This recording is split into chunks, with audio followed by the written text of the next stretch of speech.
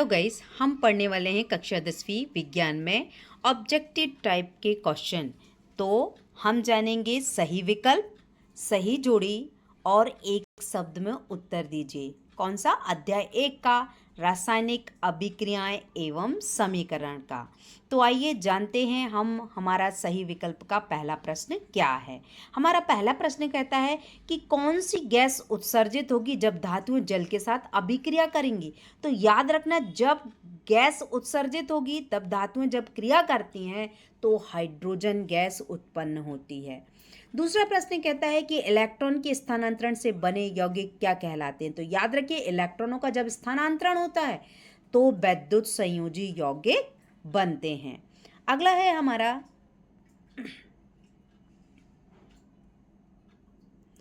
कि संगमरमर का रासायनिक सूत्र क्या है। संगमरमर का मतलब होता है कैल्शियम कार्बोनेट। हम कैल्शियम कार्बोनेट को ही संगमरमर कहते हैं, ये याद रखना है आपको। अगला प्रश्न है H2O में हाइड्रोजन तथा ऑक्सीजन की परमाणु संख्या का अनुपात क्या है। यानी जब हम जल का मॉलिक्यूल्स देखते हैं H2O, तो याद रखना H2 याद रखे, दिखाई समझ ही आ रहा है, क्लीन हो रहा है कि H2 2, O 1 है, तो अनुपात क्या होगा? 2:1 होगा। अगला क्वेश्चन जानेंगे। अगला बोलता है श्वसन में किस प्रकार की अभिक्रिया है। याद रखिए, ये ऑब्जेक्टिव आपके अगर आपने समझ लिए तो आपसे खालिस्तान टिक मार्क भी बनेंगे। एक शब्द में उत्तर दो, क्योंकि इसी से रिलेटेड ही रहते हैं। आपको याद रखना। पांचवा बोलता है किस प्रकार की अभिक्रिया है। तो आपको याद रखना है, श्वसन जो है वो उपचयन अभिक्रिया है, क्योंकि श्वसन के दौरान हम जो भी भोज्य पदार्थ खाते हैं उस भोज्य पदार्थ का ऑक्सीकरण होने से ऊष्मा और ऊर्जा उत्पन्न होती है, तो वो कहलाता है उपचयन। इसके बाद छठवां बोलता है साग सब्जियों का विघटित होकर कंपोस्ट बनाना किस प्रकार का उदाहरण है। तो याद रखना, कंपोस्ट खाद जो बनने की जो प्रक्रिया है वो है ऊष्माक्षेपी अभिक्रिया। अगला जानेंगे। अगला बोलता है नीचे दी गई अभिक्रियाओं में कौन सा कथन सही है। देखिए, कॉपर प्लस ऑक्सीजन आपस में क्रिया करता है तो ट्वाइस CuO बना। ट्वाइस CuO जो बना वो अभिक्रिया कहलाती है कॉपर का ऑक्सीकरण। जब आपको मैंने चैप्टर समझाया था उसमें बहुत अच्छे से रिएक्शन को एक एक समझाया हुआ है, तो आप याद रखिए ये कहलाता है कॉपर का ऑक्सीकरण। अगला बोलता है सिल्वर क्लोराइड का रंग क्या है। यानी याद रखिए, सिल्वर क्लोराइड जो होता है चांदी के समान चमकदार दिखाई देता है, तो वही बता रहा है कि सिल्वर क्लोराइड का रंग कैसा होता है, क्या है। तो सिल्वर क्लोराइड का रंग याद रखिए आप कैसा होता है, श्वेत होता है। अगला है, अगला प्रश्न बोलता है CuO यानी क्यूप्रिक ऑक्साइड, H2 मतलब हाइड्रोजन, ये आपस में क्रिया करते हैं। यानी आप याद रखिए कि कॉपर मुक्त हो जाता है और बन जाता है जल, तो बना Cu प्लस H2O। ये किस प्रकार की अभिक्रिया है? याद रखना, अपचयन अभिक्रिया है। नेक्स्ट बोलता है समीकरण CaCO3 कैल्शियम कार्बोनेट, जिसे हम संगमरमर कह रहे हैं, आपने अभी देखा जब ये विघटित होता है, टूटता है, तो दो भाग उत्पन्न होते हैं, एक CaO solid form, CO2 gas, तो कैल्शियम ऑक्साइड और कार्बन डाइऑक्साइड गैस बनती। ये किस प्रकार का समीकरण है? तो याद रखना वियोजन। वियोजन का अर्थ होता है टूटना, तो कैल्शियम कार्बोनेट दो भागों में टूट जाता है, CaO प्लस CO2।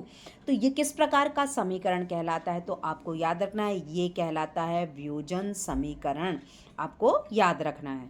अगला आ जाता है हमारा 11वां प्रश्न कहता है कि प्रकाश संश्लेषण क्रिया में ऑक्सीजन बाहर निकलता है। तो ऑक्सीजन बाहर निकलती है, तो किसके प्रकाश संश्लेषण में जो प्रक्रिया हो रही है उस प्रक्रिया में याद रखिए जो ऑक्सीजन गैस बाहर निकली वो जल से निकली। ठीक है। अगला है हमारा लोहा से जिंक को लेपित करने की क्रिया क्या कहलाती है। यानी लोहा है, लोहा में हम क्या कर रहे हैं, जिंक को लेपित कर रहे हैं, तो जिंक को लेपित करने की जो प्रक्रिया कहलाती है वो कहलाती है गैल्वनीकरण। अब हम जानेंगे आगे के प्रश्नों के उत्तर। तो हम उस प्रश्नों के उत्तर में पढ़ रहे हैं सही जोड़ी। तो आप देखिए ऊष्मा के द्वारा जो अपघटन होता है तो उसका आंसर आपका होगा ऊष्मीय अपघटन। उसके नाम से समझ में आ रहा, ऊष्मा ऊष्मीय अपघटन। दूसरा बोलता है प्रकाश के द्वारा जो अपघटन होता है, तो दूसरे का आंसर डी होगा। तो प्रकाश के द्वारा जो अपघटन होता है वो कहलाता है प्रकाशीय अपघटन। तीसरा है विद्युत धारा के द्वारा अपघटन। तो आप याद रखिए विद्युतीय अपघटन, हर एक नाम से क्लियर हो रहा है, आपको इजी वे में बनेगा। फोर्थ बोलता है ऊष्मा का अवशोषण। ऊष्मा का अवशोषण का मतलब होता है ऊष्मा शोषी अभिक्रिया। पांचवा बोलता है ऊष्मा का उत्सर्जन होना। तो ऊष्मा का उत्सर्जन होना कहलाता है ऊष्मा क्षेपी अभिक्रिया। तो आप ये याद रखिए, ये सही जोड़ी वेरी इंपॉर्टेंट है, बोर्ड एग्जाम में पूछी जाती है। पूरे 5 नहीं पूछी जाए पर बीच के 2 पूछे जा सकते हैं, इसलिए आपको इसको अच्छे से तैयार करना है। अगला अब हम पढ़ेंगे एक शब्द में उत्तर दीजिए।